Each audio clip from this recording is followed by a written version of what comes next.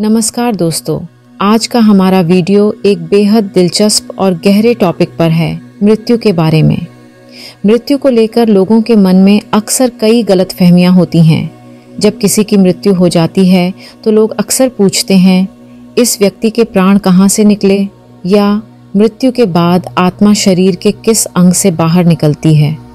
कई बार देखा जाता है कि किसी की आंखें पलट जाती हैं, मुंह टेढ़ा हो जाता है, या कभी कभी निचले अंगों से जैसे टॉयलेट या बाथरूम के माध्यम से प्राण निकलते हैं। ऐसी स्थितियों में यह सवाल और भी बढ़ जाता है कि आत्मा वास्तव में शरीर के किस हिस्से से निकलती है। आज के वीडियो में हम इन सवालों के जवाब देने की कोशिश करेंगे और इस गूढ़ विषय पर विस्तार से चर्चा करेंगे। इस विषय पर जो जानकारी मुझे पुराणों और शास्त्रों से मिली है, उसी के आधार पर मैं अपनी समझ आपसे साझा कर रही हूँ। जितना ज्ञान मेरे पास है और जो बातें मैंने अपने शोध से सीखी हैं, वो मैं आपको बताना चाहती हूँ। यह एक ऐसा विषय है जिस पर मैंने हमेशा से गहराई से विचार किया है और अध्ययन किया है। आज जो अनुभव और जानकारी मेरे पास है, वह बचपन से ही मृत्यु और आत्मा के रहस्यों में मेरी गहरी रुचि का परिणाम है।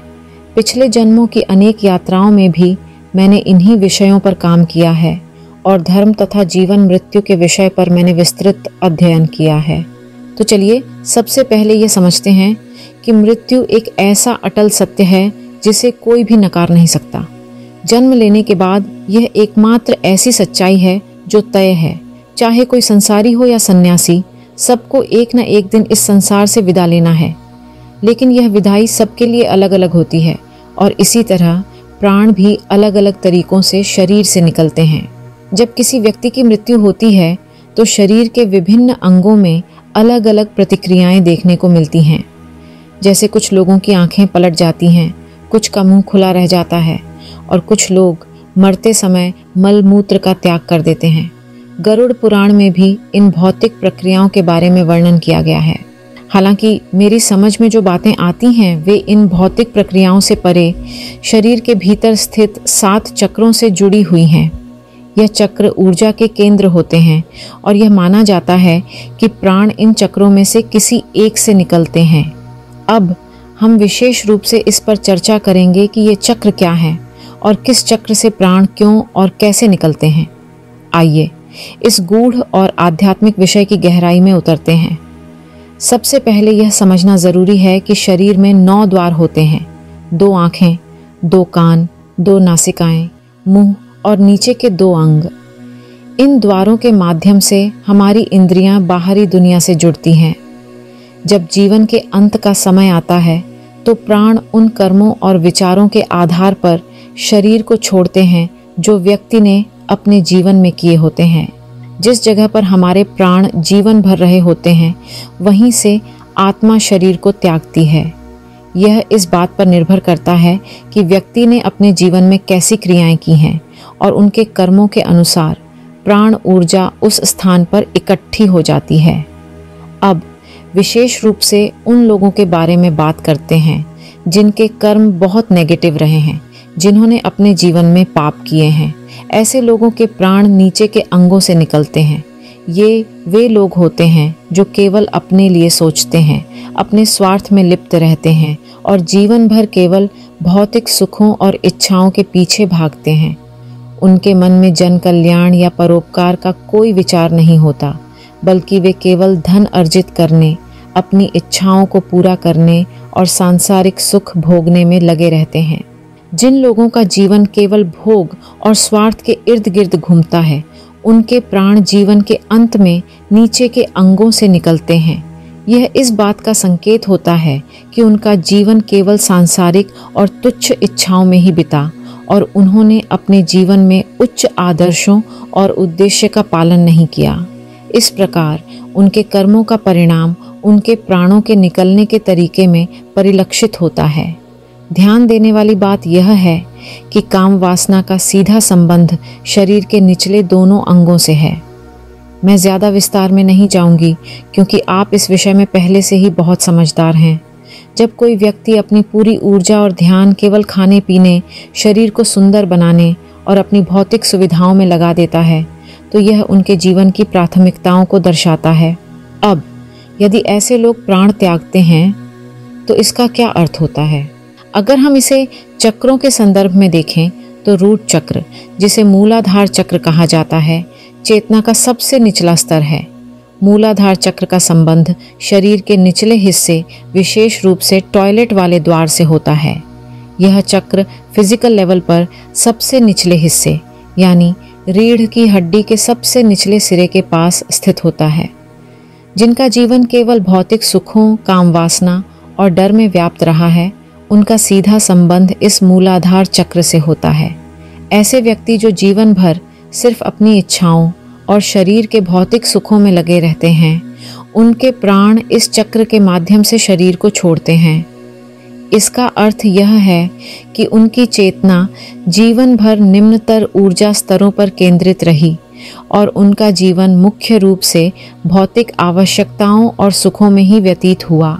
इस तरह मूलाधार चक्र का संबंध उन लोगों से है जो अपने जीवन को केवल सांसारिक इच्छाओं और भौतिक सुविधाओं तक सीमित रखते हैं। जब ऐसे लोग प्राण त्यागते हैं तो उनकी आत्मा इसी चक्र के माध्यम से शरीर को छोड़ती है, जो उनके जीवन के अनुभवों और प्राथमिकताओं का प्रतिबिंब है। जो व्यक्ति जीवन भर काम वासना में डूबा रहा, उसकी ऊर्जा मृत्यु के समय भी उसी स्थान पर जाकर केंद्रित हो जाती है।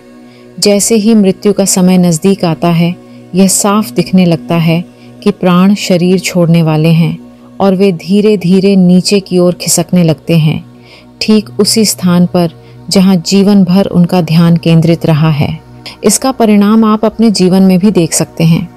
हमें यह सोचने की ज़रूरत नहीं है कि मृत्यु के बाद क्या होगा, बल्कि हमें अभी के जीवन पर ध्यान देना चाहिए। जब हम रात को सोते हैं तो हमारी नींद भी एक तरह की छोटी मृत्यु जैसी ही होती है। बहुत से लोगों की ऊर्जा सोने के समय भी शरीर के निचले केंद्रों में ही एकाग्र रहती है। मुझे इस बात को ज़्यादा समझाने की आवश्यकता नहीं है, क्योंकि आप पहले से ही इस बारे में अच्छी तरह जानते हैं। बहुत से लोगों का ध्यान सोने के समय भी काम वासना में ही लगा रहता है। तो ध्यान दीजिए, अगर हम जीवन भर किसी एक चीज़ के बारे में सोचते रहे हैं, दिन रात उसी के बारे में हमारा ध्यान लगा रहा है, तो स्वाभाविक है कि मृत्यु के समय भी हमारा ध्यान वहीं जाएगा। जब हम जीवन भर किसी खास इच्छा या काम में लगे रहते हैं, तो मृत्यु के समय भी हमारी ऊर्जा उसी दिशा में केंद्रित होती है। आपने देखा होगा या सुना होगा कि कुछ लोगों के प्राण टॉयलेट या बाथरूम के जरिए निकलते हैं। आपने भी कभी ना कभी ऐसा जरूर सुना होगा। जब ऐसे प्राण नीचे के मार्ग से निकलते हैं तो हमारी प्राण ऊर्जा का एक अंगूठे के आकार का अदृश्य जीव निकलता है, जिसे यमराज के दूत गले में फंसाकर खींचकर यमलोक ले जाते हैं। इसलिए कहा जाता है कि जो लोग बहुत पापी होते हैं, उनके प्राण नीचे के अंगों से निकलते हैं। यह उनकी जीवन भर की क्रियाओं और कर्मों का परिणाम होता है। चाहे कोई व्यक्ति बाहरी रूप से पापी न दिखाई दे, लेकिन मृत्यु के समय उसका प्राण जिस दिशा में गया, वही इस बात का संकेत देता है कि उसके जीवन का निष्कर्ष क्या था और वह किस स्तर पर जी रहा था। यह समझना बहुत महत्वपूर्ण है कि अभी से प्रयास करना होगा कि हम अपने जीवन की ऊर्जा को ऊंचे स्तर पर उठाएं। मृत्यु के समय कुछ भी नया करने का अवसर नहीं रहेगा। अगर कोई सोचता है कि नहीं, उस समय मैं सब पॉजिटिव सोचूंगा, तो यह संभव नहीं है, क्योंकि उस समय हमारे पास कोई नियंत्रण नहीं रहता। क्या नींद के दौरान हमें अपने सपनों पर नियंत्रण होता है? बिल्कुल नहीं। यह वही स्थिति है। इसलिए अभी से प्रयास करें कि आपकी जीवन ऊर्जा नीचे से ऊपर उठ सके। आज के समय में 95% लोगों की जीवन ऊर्जा निचले चक्रों पर केंद्रित रहती है। चाहे वह खाना हो, पीना हो या भोग विलास की कोई भी गतिविधि हो, अधिकांश लोग अपने जीवन को निचले चक्रों पर जीते हैं। इसका अर्थ यह है कि मृत्यु के समय भी उनकी प्राण ऊर्जा निचले अंगों से ही निकलने वाली है। यह गलतफहमी न रखें कि मृत्यु के समय अचानक भगवान का स्मरण हो जाएगा और उनकी दर्शन करते हुए प्राण निकल जाएंगे। ऐसा बिल्कुल नहीं होता। अब तीसरे पॉइंट की बात करें जहां से प्राण निकलते हैं, वह है नाभि केंद्र। नाभि से भी प्राण निकलते हैं। कभी आपने ध्यान दिया होगा कि कुछ लोगों का पेट मृत्यु के समय पीछे की ओर सिकुड़ जाता है। यह संकेत है कि उनके प्राण मणिपुर चक्र से निकले हैं। ऐसे लोग जीवन भर धन दौलत, मान सम्मान और प्रसिद्धि के पीछे भागते रहते हैं। उनकी प्राथमिकता ये होती है कि वे समाज में नाम कमाएं, प्रसिद्ध हों और भौतिक सुख सुविधाओं का आनंद लें।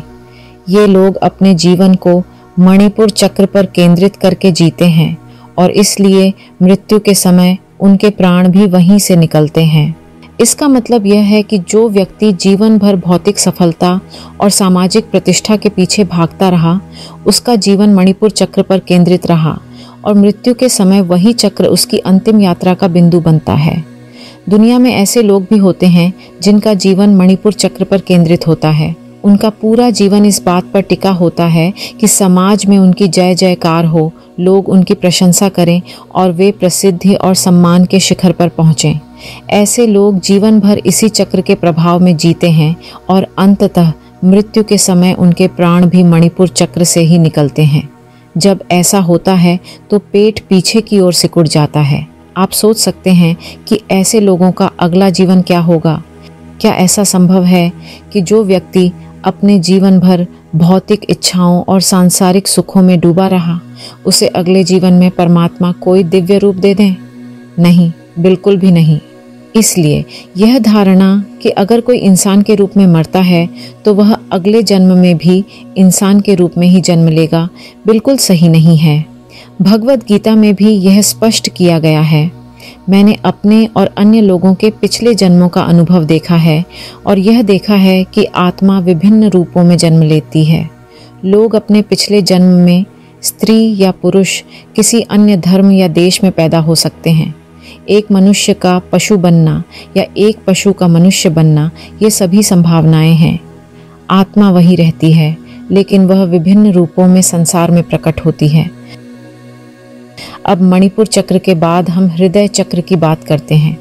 जो लोग भावनाओं में जीते हैं, जिनकी आंखें जीवन भर भावनाओं से भरी रहती हैं, जो अपने परिवार और परिजनों से गहरे रूप से जुड़े होते हैं, जैसे मेरा बेटा, मेरी बेटी, मेरी पत्नी, मेरा पति, ये लोग जीवन भर अपने रिश्तों में बहुत अटैच रहते हैं। उनका जीवन भावनाओं और अटैचमेंट के इर्द गिर्द घूमता है। ऐसे लोग अपने जीवन में रिश्तों को निभाने और संभालने में लगे रहते हैं, लेकिन उनकी अटैचमेंट इतनी गहरी होती है कि वे संसार के मोह में बंधे रहते हैं। जीवन में ऐसा एक समय आता है जब व्यक्ति को समझना चाहिए कि संसार से वैराग्य भी जरूरी है।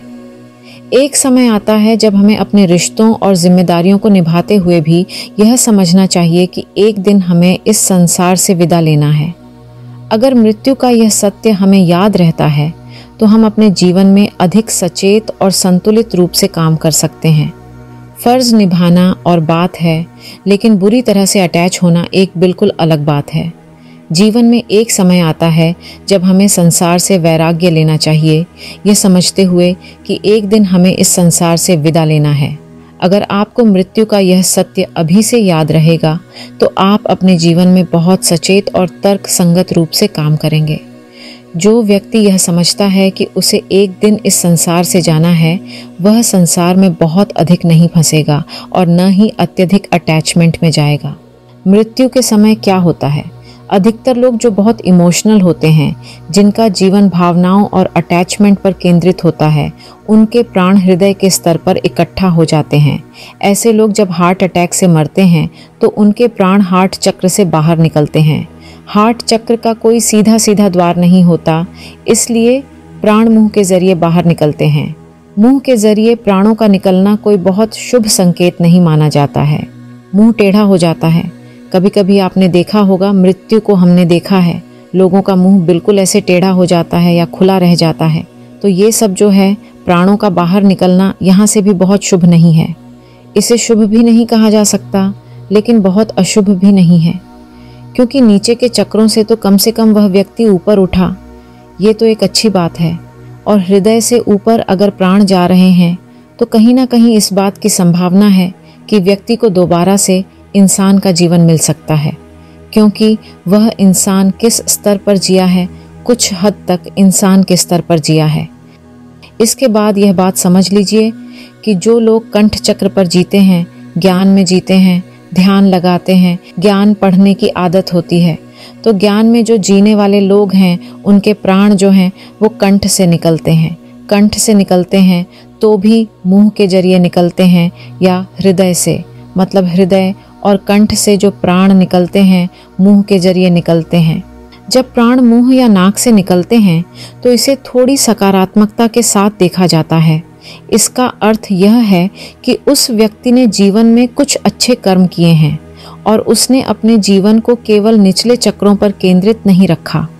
इस दृष्टिकोण से यह थोड़ा शुभ होता है, लेकिन इसे परम कल्याण नहीं कहा जा सकता। यानी यह व्यक्ति पूरी तरह मुक्त नहीं हुआ है, लेकिन फिर भी वह उन लोगों से बेहतर स्थिति में है जिनके प्राण निचले चक्रों से निकले हैं। अब यदि प्राण नाक या आँखों से निकलते हैं तो आँखें खुली रह जाती हैं। आँखों का खुला रह जाना, विशेषकर जब वे ऊपर की ओर देख रही हों, इसका मतलब है कि प्राण अग्नि चक्र से निकले हैं। यह एक शुभ संकेत है, क्योंकि यह दर्शाता है कि व्यक्ति ने अपने जीवन में निचले चक्रों की यात्रा पूरी की, थोड़ा ध्यान, मेडिटेशन और धर्म के कार्य किए और कुछ हद तक लोगों की सेवा भी की।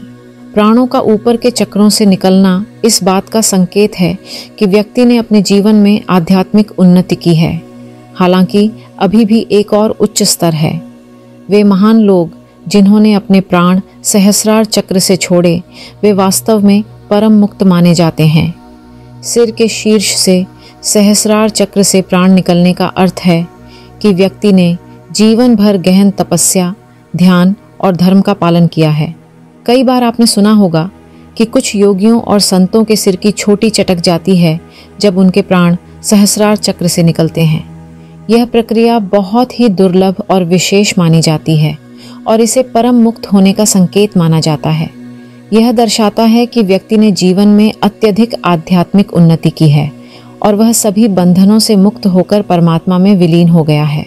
मतलब ऐसे विशेष लोग जो बहुत बड़े योगी, धर्मात्मा और तपस्वी होते हैं, जिनका जीवन धर्म और तपस्या में व्यतीत हुआ हो, उनके प्राण सहस्रार चक्र, क्राउन चक्र से निकलते हैं।